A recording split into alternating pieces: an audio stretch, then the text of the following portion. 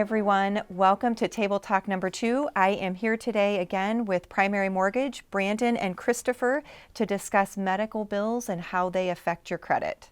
So we're going to roll right into it and address how do you find out if a medical bill is on your credit and how long does it take to get there? Yeah, so typically medical collections don't hit the credit report for about 6 months, so usually 180 days. So if you get a medical bill, you don't pay it for that 6-month period, that's when it will hit the credit report. So 180 days to 6 months time frame is when it affects your credit. And so several years back, I think in 2014, they passed a medical bill collection bill. So medical bills used to affect your credit just like a collection would for a credit card or a car loan. Now they have a lot less impact on your credit. They do impact, but it's just a lot less than it used to. And so that's a good sign that we're moving in the right direction with medical collections because there's so many. I mean, you're talking 50 to 60% of the people we meet probably have some type of medical collection, known or unknown. And so, but they do impact your credit, not as bad, but it is an impact. And if we can prevent that from happening, that's always a good thing. So is it a good idea that I check a credit report if I'm going to be going to buy a house, a car? Do I pull a credit report, ask to see if there is medical collections, if you think there might be? Because I hear so many people say, I didn't know there was medical collections on my credit. Clearly they haven't had a credit report pulled. Should they do that on an annual basis? Can they do that without it affecting their credit? Yes, you can actually have your credit report pulled once a year, and it's like the actual calendar year, and you can do it one time for free. It shares with you pretty much. Sometimes it just kind of depends on like which model is being used, but it shares with you pretty much what I would see. You can do that one time. I don't suggest for people to do it multiple times because then after that, then it actually does start dinging you as if I was pulling it, a car dealership was pulling it, things like that. But you'll go to annualcreditreport.com and you can do that one time a year. Got it. So don't know there's a collection on my credit report until this collection agency calls me and says, we want to talk to you about a medical collection you have. What do? What questions should you ask? How do you know it's yours? You kind of go into panic mode. What's the best advice we could give? Yeah, so when they start calling, we tell people to be very specific and careful what you say. The first thing I tell people is never admit to the debt. Never say you're guilty, never say it's yours, never say you're going to pay it. The first thing you need to do is ask for a debt validation letter, or a validation of debt is what I tell my clients to do. So that's where, hey, okay, you're saying this is mine, show me proof, show me evidence. I want a validation letter showing it's mine and what it's from. And so that's the first step I tell people to do. And it might take a couple weeks to get that back or receive that. So, but I never tell my clients, when you get the call or when they start calling, the last thing you do is admit guilt or say it's yours or say, I'll pay it, I haven't paid it, sorry, I'll get to it. Don't say anything, just ask for that validation letter, and that's a good starting point. And then from there, that's where you'll be, hopefully if we're doing the mortgage, you're calling us and saying, hey, what's next? What's the next steps? But the validation letter is the most important thing you need to ask for, because as of right now, you're being accused of the debt. There's no proof that it's yours. Got it.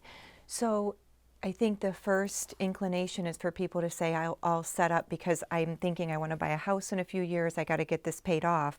Should they pay off the medical debt? Make sure that it's not showing on the credit anymore? How does that impact the credit? And over what period of time does it stop impacting it, or does it forever?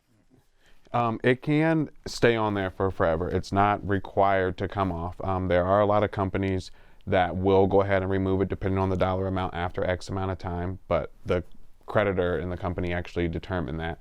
It's not a required amount, but the biggest things on no matter what it is that are going to affect your score is anything that's happened within the last 2 to 3 years. That's where it's like holding the most weight. So if you know that you had one from 2019 or 2020 and you know that you want to look at buying a house this year or next year, then maybe it is a good time to, once you get that validation letter and you know that the debt is yours, to figure out something to take care of it.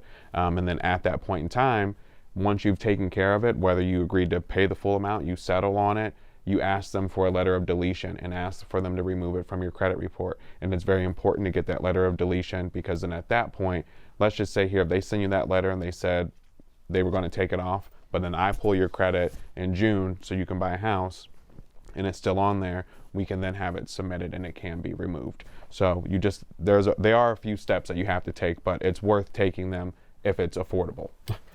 Just like I told Chris before, and this is what we talked about before, and he's right, that debt will always be there.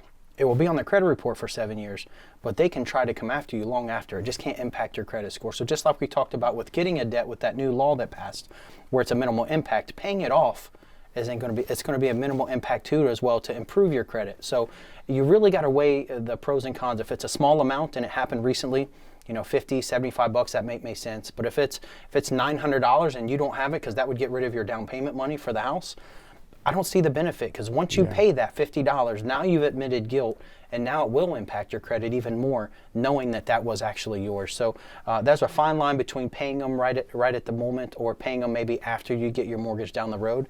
That typically is what makes more sense. So I get a call from this creditor. They want me to pay this debt.